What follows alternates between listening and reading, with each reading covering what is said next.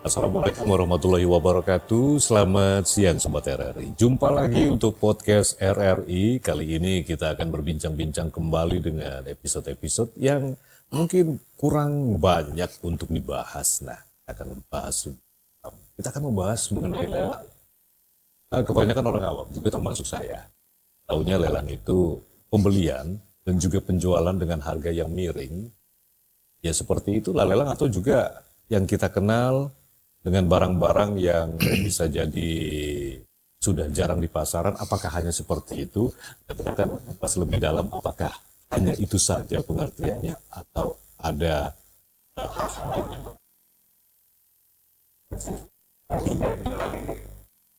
makanya kesempatan kali ini kita akan berbincang mengenai,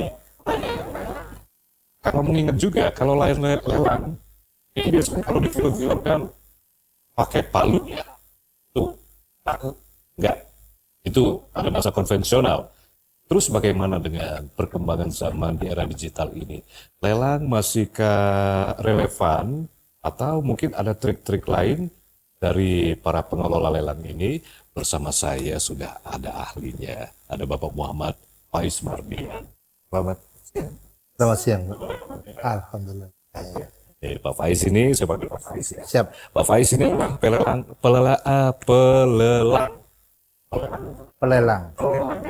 pelelang ahli media. Dan juga ada Bapak Eka Widayanta. Selamat. Nah, kalau Pak Eka ini adalah pelelang ahli muda. Kalau berbicara mengenai ya, ini sebenarnya definisi apa yang saya sebutkan tadi betul atau justru ngawur itu loh? Itu, Pak Faiz. Siap. Jadi mungkin ya terima kasih atas kesempatan yang diberikan. Di mengulangi lagi apa yang disampaikan Bapak tadi, memang pengertian lelang itu banyak yang mungkin agak mispersepsi ya. Mispersepsi Di ya. masyarakat, kalangan masyarakat tadi dikatakan bahwa lelang itu mungkin agak miring harganya dan sebagainya. Jadi secara ketentuan yang ada di kami, lelang itu adalah penjualan barang di muka umum. Kemudian penawarannya itu bisa secara tertulis dan lisan, dengan harga semakin naik dan menurun, yang didahului dengan pengumuman lelang. Ya, jadi seperti itu. Dari pengertian yang saya sampaikan tadi, ada beberapa garis besar yang mungkin sebagai pengingat kita untuk apa sih lelang itu. Jadi ada beberapa garis besar, yaitu yang pertama adalah penjualan di muka umum. Di muka umum ini adalah semua orang yang mengetahui informasi terkait lelang itu bisa mengikuti lelang. Tapi betul itu penjualan juga ya jatuhnya ya Pak? Iya. Yang membedakan dengan transaksi umum lainnya itu apa itu Pak? Jadi begini, kalau misalnya transaksi lelang dengan jual beli konvensional itu mungkin ada beberapa perbedaan ya Pak. Jadi kalau misalnya jual beli secara konven itu kan paling tidak hanya melibatkan penjual dan pembeli. Ya. Misalnya saya dengan Bapak aja. Akan tetapi lelang itu lebih luas lagi skopnya. Jadi banyak yang terlibat di situ. Peserta juga bisa dikatakan lebih dari satu. Kalau misalnya diumumkan secara luas, lebih dari satu. Kemudian ada penjual, kemudian ada pejabat lelang yang terlibat di dalamnya. Seperti itu. Dan kalau misalnya jual beli konven, mohon maaf sebenarnya. Jadi kalau jual beli konven, tawar menawarnya itu kan lebih rendah dari harga yang ditetapkan oleh penjual. Nah, kalau lelang itu lebih tinggi lagi, Pak. Jadi kalau misalnya Bapak selaku penjual menetapkan misalnya 1 juta, saya nggak boleh menawar di bawah 1 juta. Jadi itu adalah tawaran minimal, Iya. bukaan minimal ya? Iya, tapi kalau jual beli biasa, kalau bisa kan Lebih di rendah, bawah. Ya. Kalau lelang harganya semakin banyak peserta yang melakukan penawaran, semakin optimal harga yang akan tercapai dalam proses lelang itu. Kalau ada optimalisasi berarti barang yang dilelang, barang yang dijual juga bukan barang sembarangan berarti ya Pak ya? Ya bisa jadi dikatakan seperti itu, karena memang pertimbangan penjual kan orang ketika menjual melalui lelang kan harapannya laku, Pak.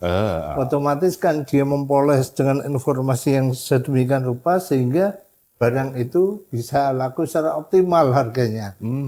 Jadi mungkin dari segi tampilan, foto yang ditampilkan itu mungkin bisa mengundang ketertarikan daripada calon peminat untuk mengikuti lelang itu sendiri. Misalnya rumah itu kan mungkin ya dari segi penjual dia permak dulu, dia cat dulu, kemudian diperbaiki tampilannya, kemudian dilelang melalui kami. Oke, jadi memang ada aturan-aturan juga ya Pak yang mesti diterapkan barang-barang yang akan. Ya, itu juga ada itu merupakan perbedaan ya Pak antara jual beli konven dan lelang. Jadi lelang itu ada regulasinya, ada peraturan yang melingkupi jual beli lelang itu sendiri. Kalau untuk lelang sendiri, kalau dilihat dengan beberapa orang secara publik, walaupun ramai tapi bisa katakan tidak terlalu ramai ya Pak ya. Apa ada unsur eksklusif? Kalau mau ikut lelang ada rumah, ada ngeri-ngeri juga nih mau mampir gitu. Jadi lelang yang kami seperti pengertian tadi bahwa penjualan barang terbuka di depan umum. Jadi kami punya, kalau misalnya teman-teman di swasta mungkin punya platform pemasaran ya, kami juga punya platform pemasaran yang ala pemerintah lah. Namanya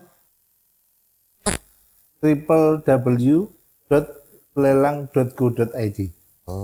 Jadi semua orang yang tertarik atau mengetahui informasi sebelumnya terkait lelang, kemudian berpartisipasi dalam platform itu silakan. Terutama dengan memilih objek-objek yang telah ditawarkan oleh penjual di platform itu. Ini mengikuti era sekarang berarti. Betul. Ya? Udah pakai platform juga ya. Siap, ya seperti Gak kena itu. palu lagi ya. Ya, jadi dulu pakai palu, sekarang coba pakai jari saja. Iya. Ini kalau untuk barang-barangnya sendiri apa barang-barang yang apa namanya dari instansi lain atau gimana itu Pak? Dan juga barang-barang yang seperti apa aja yang biasa dilelang? Jadi di KPKNL itu merupakan penyelenggara lelang yang di dalamnya lelang yang kami laksanakan itu terbagi dua kategori, yaitu lelang wajib dan lelang sukarela. Lelang wajib itu sendiri terbagi dua juga, yaitu lelang eksekusi dan non eksekusi wajib. Kalau non eksekusi mungkin itu untuk melaksanakan putusan atau produk yang dipersamakan dengan itu. Kemudian kalau misalnya untuk lelang non eksekusi wajib, maka pelaksanaan lelang itu merupakan amanah dari undang-undang yang harus melakukan jual beli itu melalui lelang. Contoh misalnya barang milik negara. Nah itu mau tidak mau, suka tidak suka, penjualannya melalui lelang yang dilakukan oleh KPKNL. Oh, nggak bisa langsung ujuk-ujuk instansi satu instansi jual barangnya langsung nggak bisa tidak. ya? Jadi itu amanah daripada undang-undang. Nah, kalau dari Pak Eka sendiri gimana nih? Melihat dengan pelelangan dengan kondisi seperti sekarang, dengan di era kemajuan digital. Saat ini kan lelang itu kan udah ngikutin perkembangan zaman ya Pak. Dan sesuai dengan informasi perkembangan. Kita bikinlah platform portal lelang di desa, bisa diakses di lelang.id. Itu untuk semua. Jadi dengan platform tersebut calon peserta lelang itu bisa menjangkau lebih banyak peserta. Jadi dengan platform tersebut yang mana dulunya konvensional itu kan cuma areanya, maksudnya area Palembang misalnya, di Palembang areanya cuma orang-orang yang di Palembang. Tapi dengan platform tersebut lelang.go.id itu dapat menjangkau seluruh Indonesia. Jadi orang yang Jawa, orang Sulawesi itu bisa ikut. Nah, dengan cara tinggal ikutin aja panduannya. Selain itu kan platform kita itu sudah kita desain user friendly mungkin. Jadi orang itu untuk daftar itu lebih mudah gitu loh. Jadi nggak perlu harus ada tutorial atau dan sebagainya. Jadi orang cuma lihat alurnya aja, misalnya di situ masukin email, nama, NIK dan sebagainya. Nah, itu tinggal diikutin aja, itu udah punya akun lelang.go.id. Oh, jadi panjang juga alurnya Pak ya. Untuk pelelangan sendiri, apalagi disebut tadi peserta juga, itu berarti ada syarat-syaratnya untuk menjadi peserta lelang ya Pak? Iya, Pak. Kalau syarat sebenarnya kita tidak membatasi Pak untuk syaratnya. Selama untuk barang-barang umum. Dan lagi kalau yang dijual itu seperti barang milik kayak polisi, itu kan ada polisi atau tentara, itu kan ada barang-barang yang khusus ya, seperti alutsista dan sebagainya. Nah, itu baru yang diperlukan syarat-syarat khusus. Nggak semua orang bisa ikut, karena kan ditakutkan bisa digunakan apa istilahnya tidak sesuai dengan kegunaannya gitu. Seperti itu. Oke, kalau dari landasan hukumnya sendiri nih gimana ini? Ya, jadi kalau nanti saya sebutkan landasan hukum terkait regulasi lelang, mungkin kelihatan bahwa umur lelang itu sudah tua sebenarnya. Cuma memang khalayak umum mungkin tidak terlalu familiar dengan lelang itu betul, sendiri. iya. Karena kami menyadari bahwa lelang itu ya kalau orang yang tidak berkepentingan untuk menarik diri ke dalam transaksi lelang itu mungkin nggak akan ikut. Jadi untuk dasar hukumnya itu kalau di zaman dulu, zaman VOC dulu sudah diterbitkan vendor reglement Pak. Jadi nggak berubah sama sekali. Bentar dulu. Vendor reglement tahun 1908. Oh, 1908. Nomornya 189. Nah, itu merupakan fondasi dasar jadi keberlakuan hukum lelang di Indonesia yaitu pada tahun itu. Akan tetapi dengan dinamika masyarakat, kemudian dinamika minat daripada masyarakat itu sendiri, otomatis regulator jadi pemerintah Republik Indonesia JK Kementerian Keuangan menerbitkan peraturan terkait dengan lelang, khususnya yang terakhir ini adalah peraturan Menteri Keuangan nomor 122 tahun 2023. Oh, disesuaikan. Itu pada masanya 1908. Betul. Itu fondasi dasarnya. Fondasi. Betul. Dan itu bisa berkembang dan mungkin akan berubah lagi ya, Pak. Ya. Dengan kemajuan zaman nanti seperti apa gitu kan. Sifat hukum kan seperti itu, Betul, Pak. dinamis Mengikuti ya, Pak. dinamika masyarakat. Ini kalau dulu ya para peserta bisa kita katakan kalau udah ikutan lelang, dapat lelang, itu rombongan aristokrat. Apa iya seperti itu, Pak? Tidak juga, Pak. Karena memang sifat lelang itu terbuka. Terbuka ya. Ya, penjualan barang di muka umum. Yang saya katakan di awal tadi, terbukanya itu siapapun yang mengetahui terkait informasi lelang, silakan ikut. Seperti akan tetapi ya tadi memang ada beberapa step-step yang harus dilalui karena memang kami juga punya regulasi untuk itu, Pak. Seperti. Jadi kalau kondisi sekarang ini Pak Ega, jadi bisa dikatakan lelang ini lebih mudah dan lebih akrab dengan masyarakat ya Pak ya? Iya. Nah, seakrab apa? Contohnya. Seakrab apa ya? Itu lebih kayak kita itu sering bermain sosial media ya. Iya. Nah, ya lelang sekarang udah hampir mirip seperti itu. Bukan kayak marketplace ya kan? Iya, mirip marketplace. Mirip marketplace ya. Media. Karena gini Pak, di dalam lelang itu kan harus didahului dengan pengumuman. Nah, kadang-kadang para penjual ini melakukan pengumuman melalui sosial media juga. Nah, jadi gitu untuk menjangkau lebih banyak peserta lelang, itu mereka menggunakan sosial media tersebut. Sebagai contoh itu kemarin itu juga dari kejaksaan itu tiap kali lelang barang rampasan itu selalu menggunakan dibantu oleh influencer. Dipasarkan juga oleh influencer. Jadi banyak peminatnya. Selain kejaksaan juga ada Pemda yang sering menggunakan platform pelelangan ya. uh, Itu Pak Eka, Pak Faiz, barang-barang apa aja itu biasanya yang suka dilelang? Dan barang apa saja yang paling diminati masyarakat? kalau paling banyak yang dilelang itu jelas tanah bangunan. Tanah bangunan. Yang banyak ya, yang banyak dilelang. Nah itu kan kebanyakan yang kredit macet di perbankan, nanti diajukan lelang di KPKNL.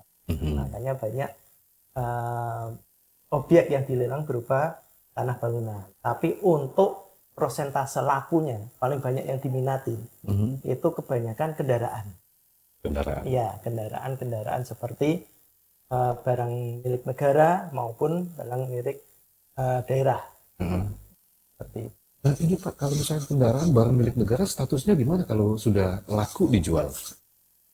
Kalau sudah seperti jual beli biasa Pak ya, jadi kalau sudah laku terjual melalui lelang, otomatis kan barang itu sudah berpindah ke tangan pembeli, sehingga kewajiban pembeli untuk melakukan administrasi pemberesan untuk itu, sehingga nanti ketika itu sudah berpindah ke pembeli, kemudian pembeli balik nama, maka barang itu sudah keluar dari catatan Permasalahan ya? bukan catatan barang milik negara misalnya, iya. itu sudah dikeluarkan dari situ. Dan juga saya juga menambahkan apa yang disampaikan Pak Eka tadi, jadi tadi disampaikan bahwa ada tanah bangunan dan sebagainya. Nah sekarang itu ada lelang hak menikmati Pak Eka. Iya.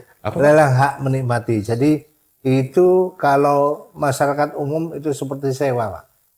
Jadi misalnya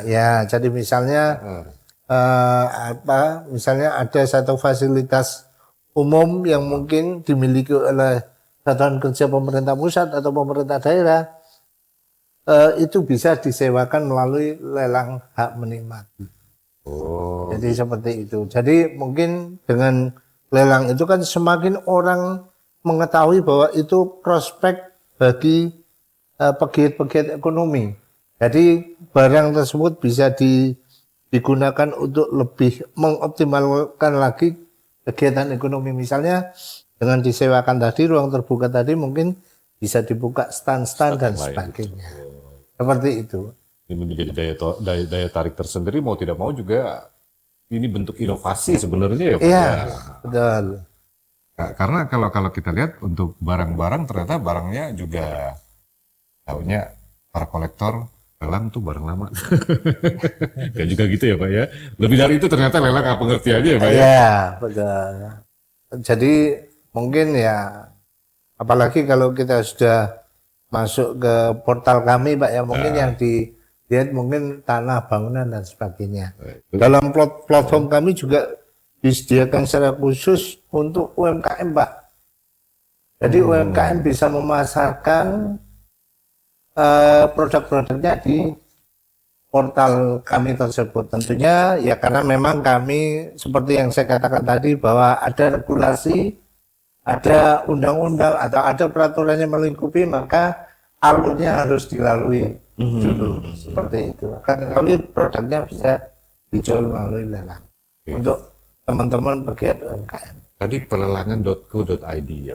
Lelang.co.id. Lelang.co.id ini Sobat RRI. Jadi kalau ingin melihat bagaimana bentuk rupa barang-barang yang dilelang ya seperti apa saja, itu mungkin akan lebih jelasnya kalau tadi lelang.co.id. Nanti kita lanjut lagi selepas yang satu ini.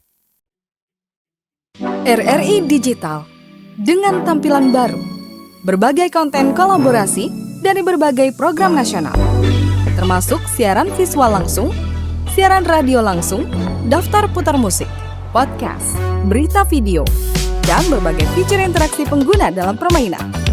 Berbagai konten menarik seperti suka, komentar, dan berbagi, serta obrolan langsung dengan penyiar dan pengguna. Pesan langsung dan fasilitas obrolan pribadi antara pengguna aplikasi juga tersedia. RRI Digital tersedia di Google Store dan App Store. RRI Digital. Terima kasih Sobat RRI, masih bersama Anda podcast RRI bersama Pak Faiz dan juga Pak Eka. Dari apa Pak ini Pak? Badan Kantor Pelayanan Kekayaan kantor pelayanan kekayaan negara dan lelang Palembang. Nah, ini memang kantor lelang memang mengurusi soal lelang ini dan bukan hanya lelang apa tadi yang Bapak sebutin memang dari seluruh instansi ya Pak ya, termasuk swasta juga Pak? Kalau swasta jenis lelangnya adalah lelang sukarela, Pak. Oh, tadi lelang Ya, kalau yang saya sebutkan tadi barang milik negara merupakan lelang non eksklusif wajib. Jadi mau tidak mau, suka tidak suka harus melalui KPKNL. Tapi kalau sukarela tadi barang milik swasta bisa dia jual beli biasa, bisa melalui lelang juga. Seperti itu. Kalau Pak Eka ini lebih fokus di mana nih kalau di sini bagiannya Pak? Kurang lebih sama sih Pak. Sebenarnya kita kan sama-sama lelang, pelelang ya. Pelelang, saya pelelang muda dan Pak Faiz pelelang madya. Itu bedanya cuma di terkait jenis lelangnya Pak.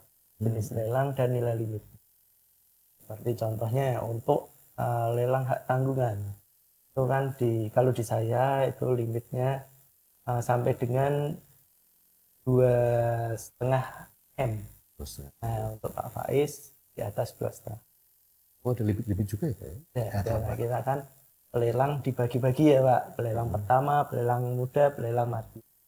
Nah, itu ada karakteristik berbeda-beda untuk lelangnya.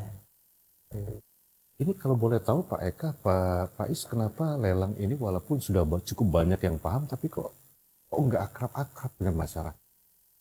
Apa kira-kira penyebabnya?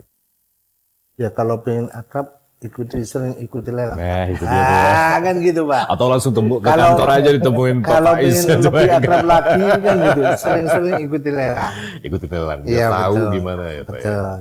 Berarti sebenarnya bukan masalah akrab tidak akrab, tapi mungkin kitanya yang tidak mengakrabkan diri. Gitu ya. Nih, dengan kondisi sekarang ini, Pak Eka, Pak Faiz, kemajuan zaman kita kan mau nggak mau harus sinkron. Apalagi di sini peralihan, kalau mau diikutin peralihan betul, yang namanya teknologi perkembangan zaman kan cepat. Mau nggak mau kita harus ngikutin. Ini keteteran nggak Pak? Atau gimana? Terus harus mikir yang gimana tuh biar lelang ini bisa relevan dengan kondisi-kondisi sekarang ataupun ke depannya. Oh, ya. Saat ini kita ada tim juga di kantor pusat yang selalu mengembangkan aplikasi portal lelang ini Pak. Jadi kita akan lihat nih trennya seperti apa. Nah, trennya sekarang kan data itu dapat dibagikan antar instansi Pak. Seperti contohnya nih saat ini untuk verifikasi akun lelang itu masih dilakukan manual Pak. Jadi calon peserta lelang itu membuat akun itu masih harus mengupload scan KTP. Nah, tapi nanti ke depan kita masih melakukan kerjasama sama di Dukcapil ya Pak terkait sinkronis data kependudukan. Jadi nanti ke depan ketika si peserta lelang, calon peserta lelang atau calon yang mau bikin akun itu, ketika masukin NIK itu langsung terverifikasi otomatis. Nanti ke depannya seperti itu. Jadi proses verifikasi pembuatan akun itu lebih cepat. Nah, selain itu juga bisa meminimalisir untuk satu akun, bukan Double data NIK, gitu. itu bisa bikin beberapa Double data ya. Gitu, ya. beberapa akun seperti itu. Oh, Nanti double mungkin akun, ke iya, depannya baru dikembangkan ke arah situ. Oke. Jadi tetap yang mengikuti kemajuan zaman harus menjadi prioritas juga, tapi yang konvensional nggak ditinggalin ya Pak ya. Iya. Apalagi kalau dilihat juga nggak semua orang kan Pak, apalagi yang orang-orang yang senior masih cukup banyak juga yang gaptek ya Pak ya. Nah itu Pak. Nah makanya kita bikin interface-nya itu kita buat se-friendly mungkin. Misalnya awalnya nih kita bikin seperti misal makin kesini kan kita lihat kok banyak aduan atau banyak pertanyaan terkait pembuatan akun. Oh sebenarnya apa sih ini yang bikin kenapa orang harus bertanya, nggak bisa langsung ikut alur gitu. Nah, kita kembangkan user interface-nya sehingga mudah digunakan untuk semua kalangan, baik anak muda maupun yang senior. Oh jadi targetnya juga anak muda juga ya Pak? Tapi anak muda lebih. Jangan khawatir Pak. Jadi kami juga menyediakan video tutorial. Oh, Ya, Video tutorial terkait bagaimana membuat akun, bagaimana tata cara mengikuti lelang, sehingga orang itu tidak hanya meminta informasi atau jauh-jauh datang ke kantor kami untuk bertanya terkait dengan bagaimana teknis lelang, akan tetapi masyarakat juga bisa mengikuti dari informasi-informasi yang ada di YouTube, kemudian di IG kami kan seperti itu. Jadi kami juga memberikan tutorial terkait dengan aplikasi lelang.go.id. jadi ya tadi kalau mau kenal lebih dalam ya harus ikutin dulu. Ya, itu. Nah, sekarang ini Pak Faiz, jadi kalau lihat kontribusinya sendiri seberapa besar ini dari sektor layanan lelang untuk penerimaan negara? Ya, tentunya kami merupakan salah satu unit eselon 1 di Kementerian Keuangan yang diberikan satu misi yang cukup menantang, yaitu mengumpulkan pendapatan negara dari sektor PNBP. Jadi kami itu merupakan instansi pemerintah yang memungut PNBP, yaitu PNBP lelang, Pak. Jadi setiap dari pelaksanaan lelang tentunya akan dipungut PNBP dan besarannya sesuai dengan ketentuan yang berlaku. Nah, dari tren pendapatan kami dari PNBP itu dari tahun ke tahun mengalami kenaikan yang cukup signifikan, Pak. Jadi mungkin saya kasih gambaran bahwa di tahun 2024 kami PNBP-nya bisa mencapai 18 miliar 817. Di tahun 2025 melonjak menjadi 31 miliar 190. Dan ini kan loncatan yang mungkin cukup signifikan ya, apalagi di daerah seperti ini, yaitu mungkin bisa kami banggakan karena memang salah satu pemasukan atau pendapatan negara dari sektor PNBP ini adalah PNBP lelang, seperti itu. Kalau di Sumatera Selatan, Palembang khususnya ada peningkatan, Pak? Ya, apa yang saya sampaikan tadi peningkatan tadi. Dan peningkatan di wilayah kami, yaitu di wilayah Kabupaten Palembang. Palembang ya. Ya. Jadi udah banyak ya Pak Eka ya. Yang kenal. Kalau dilihat dari akunnya sendiri peningkatannya cukup banyak. Apakah sekedar hanya bikin akun atau memang betul-betul ada niat ingin mengikuti lelang itu sendiri Pak Eka? Kalau untuk akun ini kita katakan mulai banyak nih calon-calon yang ingin membuat akun. Kita bisa lihat karena kan setiap hari kita paling enggak itu ada sekitar 50-an akun baru yang harus kita verifikasi di KPKNL Palembang sendiri ya. Itu belum seluruh Indonesia. Nah, di KPKNL Palembang sendiri ada sekitar 50-an user yang harus kita verifikasi. Nah, terus untuk ikut lelang, peserta yang akan mengikuti lelang ini itu akan meledak ketika ada lelang kendaraan biasanya. Kendaraan dari Pemda, kebanyakan dari Pemda, karena dari Pemda itu kan barangnya juga banyak ya kendaraannya. Itu akan terjadi lonjakan peserta lelang yang cukup banyak. Itu terjadwal atau gimana itu biasanya Pak? Tergantung permohonan. Jadi ketika kita terdapat permohonan lelang barang milik daerah, itu nanti kita akan lakukan verifikasi. Ketika kita lakukan verifikasi, data sudah sesuai, nanti kita tetapkan jadwalnya. Nah, didahului pengumuman dulu ya Pak ya? Ya, pengumuman. Kok saya nggak dapat pengumumannya?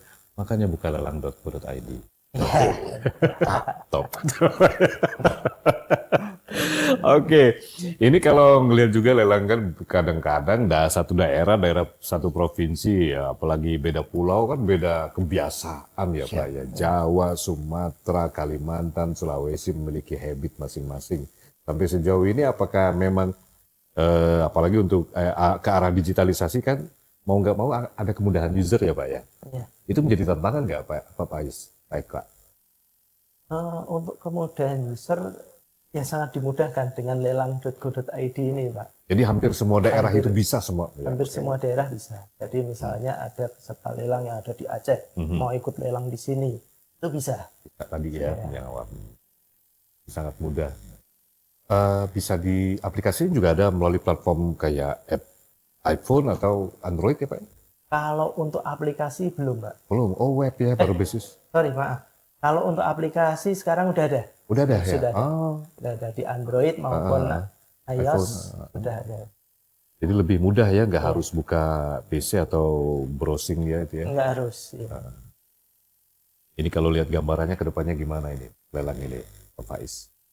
Ya, ya tadi betul apa yang Bapak sampaikan tadi, memang di setiap daerah itu pasti ada tantangan ya. Tapi tantangan itu kan yang terbesar terkait dengan penguasaan dan pengetahuan IT masyarakat. Nah, kami juga mencoba memotret permasalahan umum yang terjadi seperti apa yang Bapak sampaikan tadi. Jadi kami juga terbuka informasi, kritik, masukan dan saran dari masyarakat terkait dengan penggunaan aplikasi ini.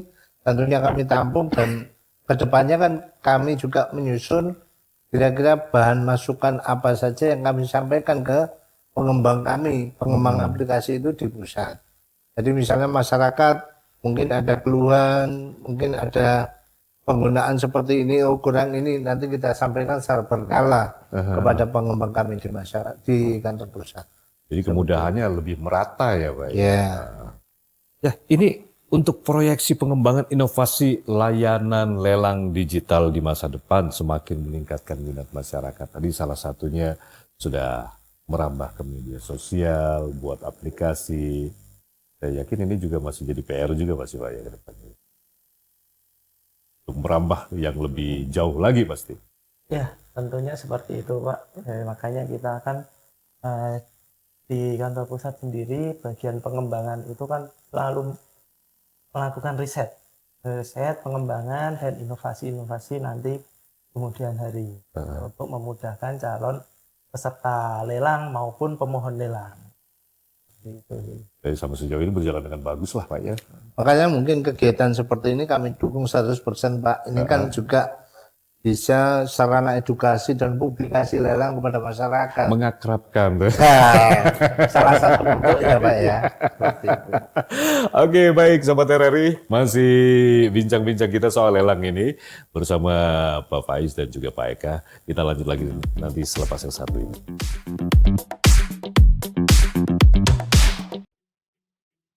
RRI Digital dengan tampilan baru, berbagai konten kolaborasi dari berbagai program nasional, termasuk siaran visual langsung, siaran radio langsung, daftar putar musik, podcast, berita video, dan berbagai fitur interaksi pengguna dalam permainan. Berbagai konten menarik seperti suka, komentar, dan berbagi, serta obrolan langsung dengan penyiar dan pengguna. Pesan langsung dan fasilitas obrolan pribadi antara pengguna aplikasi juga tersedia. RRI Digital tersedia di Google Store dan App Store. RRI Digital. Podcast RRI bersama Pak Faiz dan juga Pak Eka ya dari Kementerian Direktorat Pelelangan ini ya Pak ya.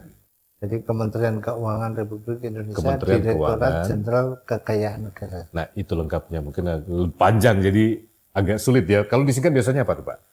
DJKN. DJKN. Ya, vertikalnya namanya KPKNL Palembang. KPKNL Palembang. Kantor Pelayanan Kekayaan Negara dan Lelang Palembang. Nah itu dia. Untuk informasi-informasi kalau masyarakat kalau berkunjung ke sini sering nggak Pak?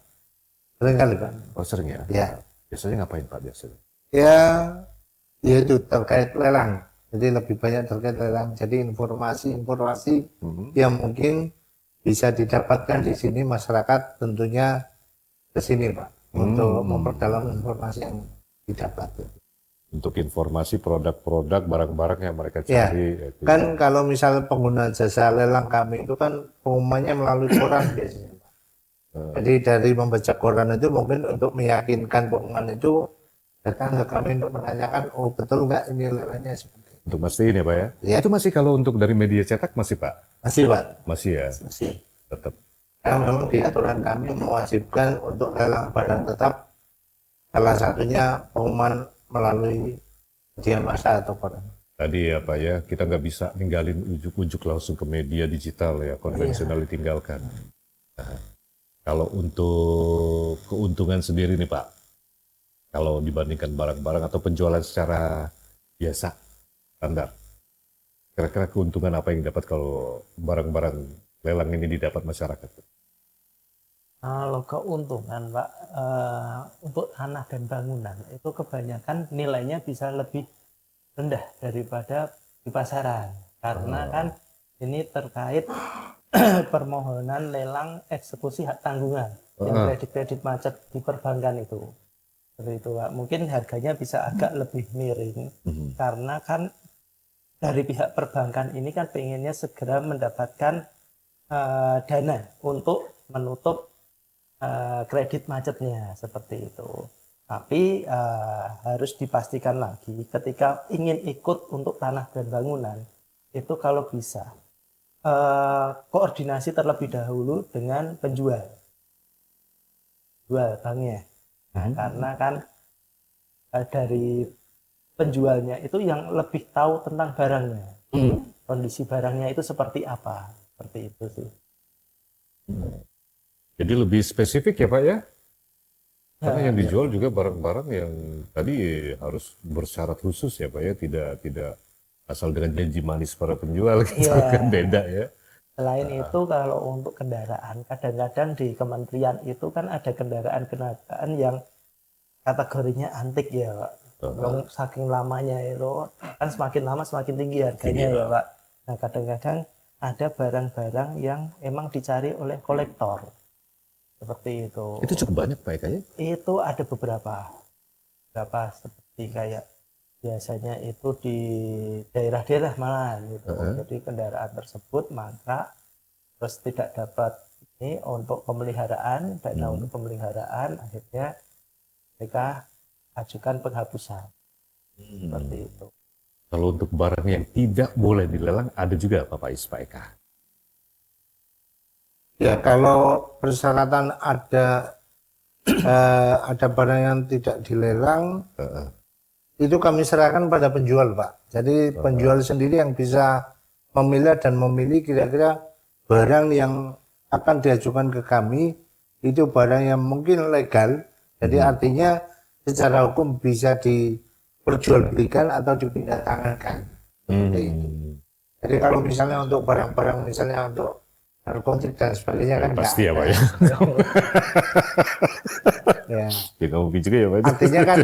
Artinya kan begini Pak. Jadi pelarangan terkait barang itu kan sudah ada di negara ini. Tentunya penjual juga mematuhi itu. Jadi sebelum mengajukan ke kami juga penjual juga memilih dan memilah barang-barang mana yang kira-kira akan diajukan ke kami. Betul, apalagi misalkan ada peninggalan-peninggalan sejarah seperti itu, apakah bisa masuk ke dalam lelang juga itu seperti peninggalan warisan kuno gitu Pak? Kalau itu yang ditemukan oleh masyarakat dari ininya Pak, dari penjualnya, instansinya. Jadi mereka kan pastinya sudah menganalisis dulu, ini boleh dijual nggak melalui lelang sesuai dengan peraturan. Apabila tidak diperbolehkan kan mereka pastinya tidak akan mengeluarkan persetujuannya. Selain itu mungkin juga. Ini Pak, terkait barang-barang yang khusus kayak misalnya alutsista di TNI seperti itu kan, mereka pastinya kan nggak ingin barang tersebut keluar dengan keadaan utuh ya. Mereka kan misal mempersyaratkan harus dicacah di tempat atau seperti apa. Nah, seperti biasanya ada kondisi-kondisi tertentu, misalnya bisa dijual, tapi dengan kondisi harus dicacah di tempat atau seperti apa. Atau misalnya zat berbahaya atau bagaimana yang hasil laboratorium itu kan banyak Pak instansi kita yang laboratorium dan sebagainya. Otomatis kan mereka juga harus memilih dan memilah kira-kira yang bisa dipindah tangankan ke publik, ke masyarakat secara terbuka, dan mana yang tidak itu kan mereka yang tahu Pak. Dan saya yakin juga masyarakat sudah banyak teredukasi kira-kira barang mana yang bisa dilelang, mana yang enggak, ada syarat-syarat khususnya juga. Nah Pak, Kalau tadi lihat kontribusi ini sepertinya bisa menjadi salah satu harapan ke depan dalam pemasukan negara. Ini pun sudah alhamdulillah bisa dikatakan sudah terwujud ya Pak ya. Iya. Tapi ke depannya bukan rasa kepuasan lah, pasti akan ada lagi untuk target-target ke depannya untuk lebih apalah namanya ya untuk membangun daerah masing-masing dari pelelangan ini. Pasti kita ada target-target juga kan Pak? Ya, apa yang saya sampaikan tadi terkait dengan besaran capaian PNBP di lelang tadi, besarannya itu yang kami capai di KPK Palembang, Pak.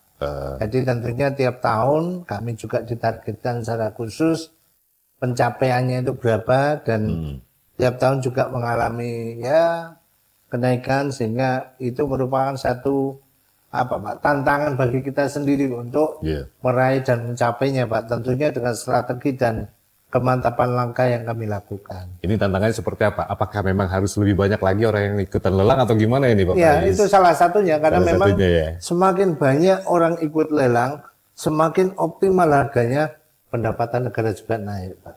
Seperti itu. Bisa menjadi salah satu solusi juga sebenarnya. Salah Pak, satu ya? solusi dan memang yang kami butuhkan partisipasi dari masyarakat untuk mengikuti lelang. Oke. Sekarang kalau saya tadi misalkan saya tanya kalau dari Pak Eka tadi jawabnya dengan harga yang bisa lebih miring ya Pak ya. Terus kira-kira bagi masyarakat umum seperti saya nih, kenapa saya harus punya pengetahuan minimal tentang lelang ini Pak? Kira-kira keuntungannya buat saya apa itu? Untuk tahu lelang Pak? Iya. Nah, jadi memang kalau misalnya saya katakan di depan tadi bahwa yang kalangan masyarakat yang tahu lelang itu hanya kalangan yang menurut sifatnya dan kepentingannya butuh untuk mengikuti lelang. Nah, dengan seperti itu kami melakukan publikasi secara besar-besaran supaya masyarakat tahu bahwa lelang itu merupakan salah satu alternatif jual beli, Pak. Tidak mengkotak-kotakan ya Pak ya. Alternatif jual beli yang bisa dimanfaatkan oleh masyarakat juga. Seperti yang saya contohkan tadi bahwa UMKM juga bisa. Ada wadahnya di sana. Ada tersendiri di situ dan UMKM juga bisa memasarkan, memampang barang-barangnya dan nanti orang yang membuka aplikasi itu akan melakukan penawaran di situ. Oke, ini sebagai gambaran kecil. UMKM menjadi target juga ya, apalagi sekarang memang lagi naik-naiknya UMKM yang kita supporting ya Pak ya. Iya. Itu produk-produk yang seperti apa aja selain lahan tadi Pak ya?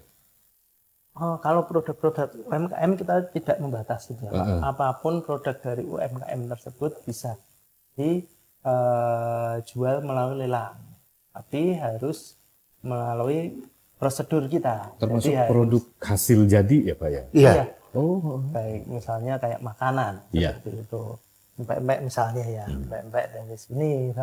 Itu bisa juga dijual di Empek bisa dilelang di bawah Sobat RR. Lanjut Pak. Tapi dengan prosedur. Jadi kan di prosedur kita untuk menjadi penjual itu kan harus melakukan pendaftaran permohonan lelang melalui lelang Go ID. Jadi semua permohonannya, kayak surat-suratnya itu harus di-scan, di-upload di situ. Nah dari situ nanti kan kita akan verifikasi data-datanya.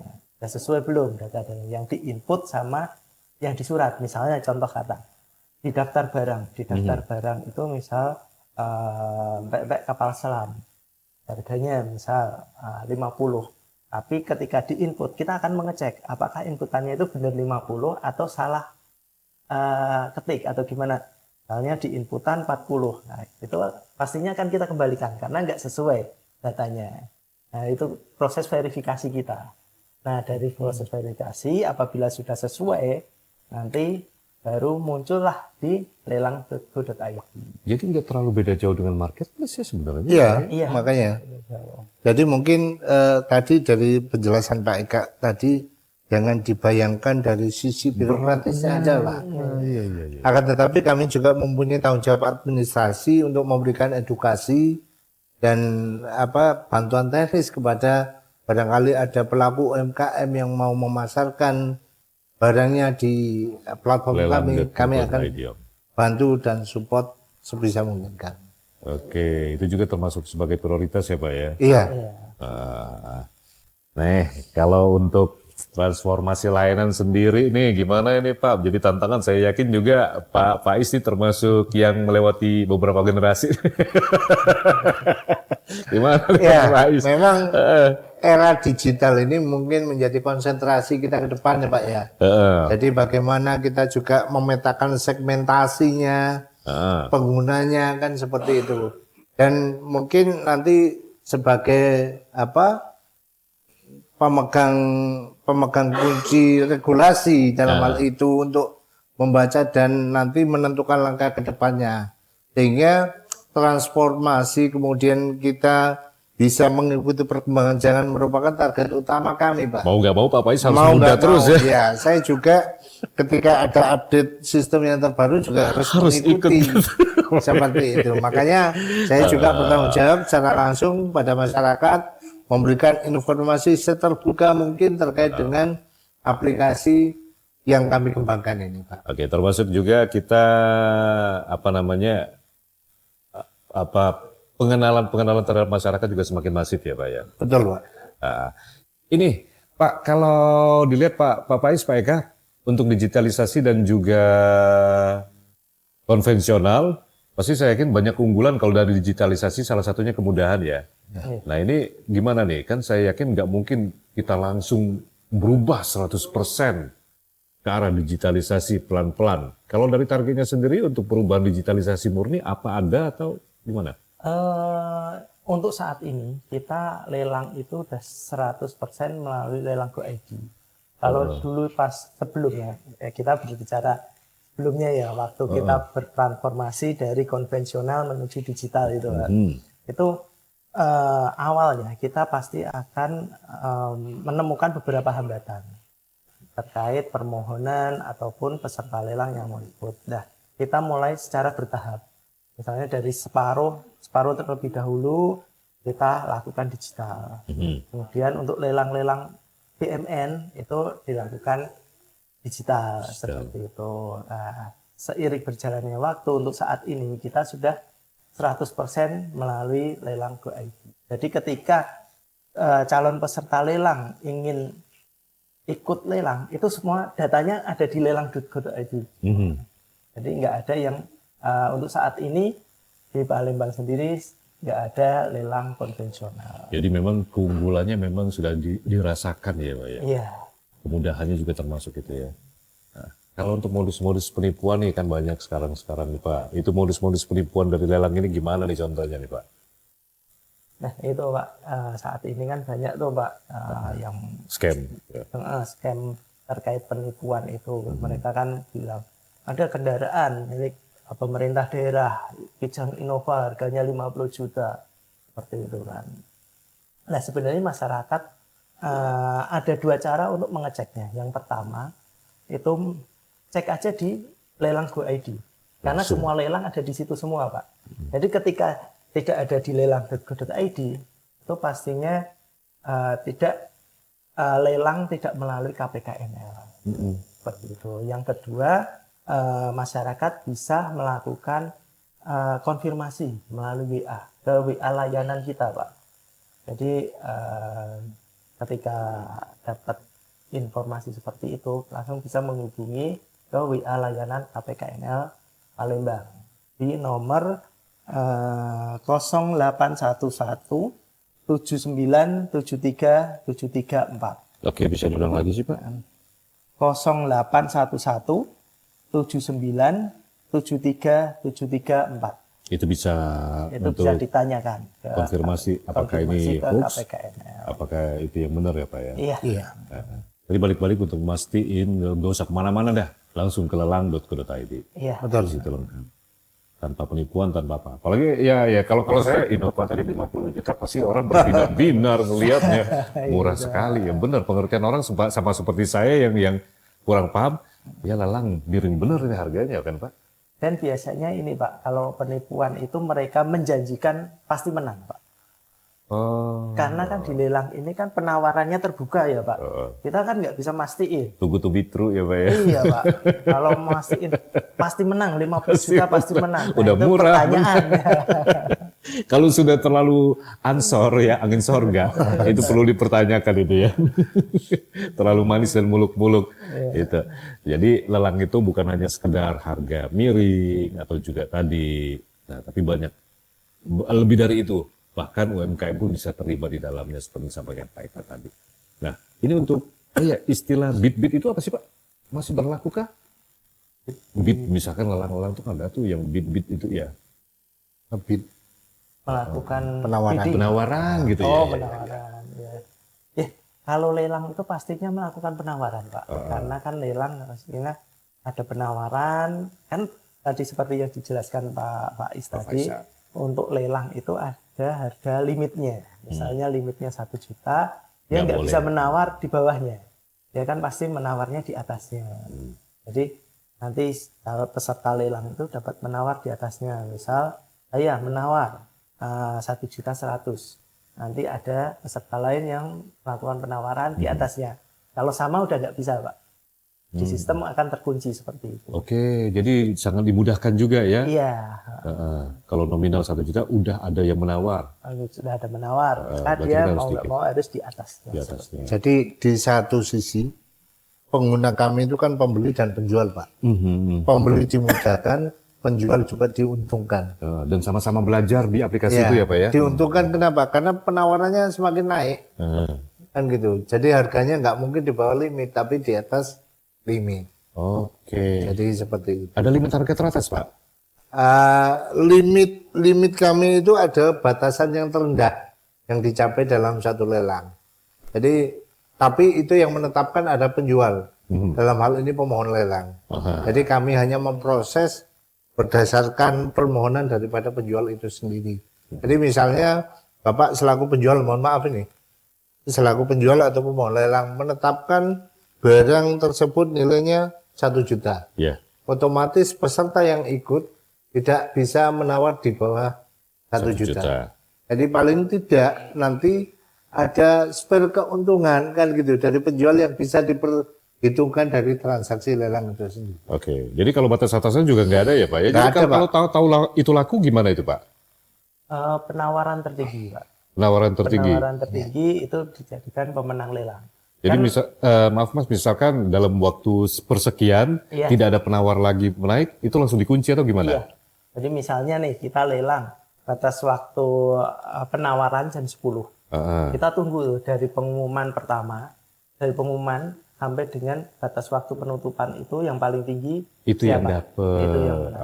Tapi perlu diingat juga Pak, kan kadang-kadang lelang itu ada emosinya ya Pak. Iya, Kadang-kadang iya. naik. Dramanya ada gitu. Nah itu emosinya itu ya menghimbau untuk calon peserta lelang agar diperhitungkan lagi, karena lelang ini kan ada uang jaminannya Pak. Jadi ketika peserta lelang dinyatakan menang, jadi pemenang lelang, dia nggak melunasin lelang, maka uang jaminan akan disetor ke kas negara. Seperti itu. Oke, ini menarik sekali ya. Ternyata lelang pengen cepat-cepat buka lelang. Baik, pasti banyak barang-barang ulik gitu. Ya, ini yang jelas juga tadi nomor telepon sudah disampaikan Pak Eka. Jangan sampai kita terkena modus penipuan ya Pak ya. Apalagi sekarang menghalalkan segala cara. Satu lagi saya tambahkan Pak Aris terkait dengan penipuan lelang. Apa? Jadi untuk memudahkan ini penipuan apa tidak, jadi lelang itu kan ada penyetoran uang jaminan Pak. Jadi tadi ya. pembeli Iya. sebelum melakukan penawaran lelang diwajibkan untuk menyetor jaminan. Nah jaminan kalau lelang itu tidak memakai rekening pribadi Pak, akan tetapi virtual account yang didapat dari aplikasi lelang. Jadi kalau misalnya ada yang mengatasnamakan lelang, kemudian uang jaminannya disampaikan ke rekening pribadi, itu berarti indikasi sekali seperti ya. itu. Banyak penipuan menghalalkan segala cara, itu yang menjadi kewaspadaan kita saat ini. Dan Sobat RRI, tanpa terasa obrolan saya bersama Pak Pais dan juga Pak Eka untuk layanan lelang di era digital. Kita nanti lihat bagaimana inovasi-inovasi selanjutnya. Kalau sampai sekarang yang tadi, kalau pengen tahu, kalau satu inovasi kemudahan di lelang.co.id. banyak informasi-informasi yang didapatkan di sana yang pasti akan memudahkan kita dalam mencari sesuatu yang bisa jadi ada satu barang incaran Anda, kendaraan, tanah, bangunan tadi ya Pak ya, termasuk juga UMKM. Oke, sebagai penutup ini Pak Faiz kira-kira apa yang ingin disampaikan? Jadi ini saya juga berterima kasih Pak RRI sudah menyelenggarakan podcast ini karena ini merupakan bagian daripada edukasi dan informasi kepada masyarakat bahwa lelang itu hal yang mudah sebenarnya dan untuk masyarakat yang ingin atau berkepentingan untuk mengikuti dan khawatir kalau misalnya ini sulit. Jadi kami juga menyediakan bimbingan juga kalau misalnya ada masyarakat yang terkait pertanyaan terkait dengan penggunaan aplikasi, silakan aja datang ke KPKNL atau melalui nomor WA yang tadi. Nomor WA yang disebut Pak Eka tadi. Ya, jadi kami juga mengimbau pada masyarakat, kami butuh partisipasi dan minat masyarakat untuk mengikuti lelang, akan tetapi harus hati-hati penipuan lelang. Penipuan tadi, kita ramaikan lelang ya, itu biar semakin banyak kita yang pengetahuan tentang lelang ini. Siap. Warga Indonesia. Kalau Pak Eka, apa yang disampaikan Pak? Kalau saya sih ini Pak, yang terkait penipuan lelang Pak, jangan sampai masyarakat itu tertipu ya Pak, terkait penipuan lelang. Karena banyak sekali sekarang itu yang penipuan lelang terkait WA, melalui WA kan, seperti itu ya. Tips-tipsnya seperti yang kita sampaikan tadi Pak, agar masyarakat lebih paham terkait risiko yang ada. Itu lebih ke scam tadi ya. Kalau pengen lebih tahu kayak lebih hati-hati. Lebih hati-hati yang pengen tahu tadi lelang.co.id. Bapak Muhammad Faiz Mardian, pelelang ahli media, terima kasih banyak sekali lagi. Dan juga Bapak Eka Widayanta, pelelang ahli muda, terima kasih banyak Pak. Kita harapkan inovasi-inovasinya juga berkesinambungan, saling sinergi juga dengan masyarakat, menciptakan kolaborasi yang baik ke depannya, dan tentunya ini saling menguntungkan banyak pihak ya Pak ya. Baik, Sobat RRI, kita cukupkan dulu podcast edisi kali ini. Masih banyak cerita-cerita lain yang akan kami hadirkan dalam podcast edisi berikutnya. Saya Haris Ansor, sampai jumpa.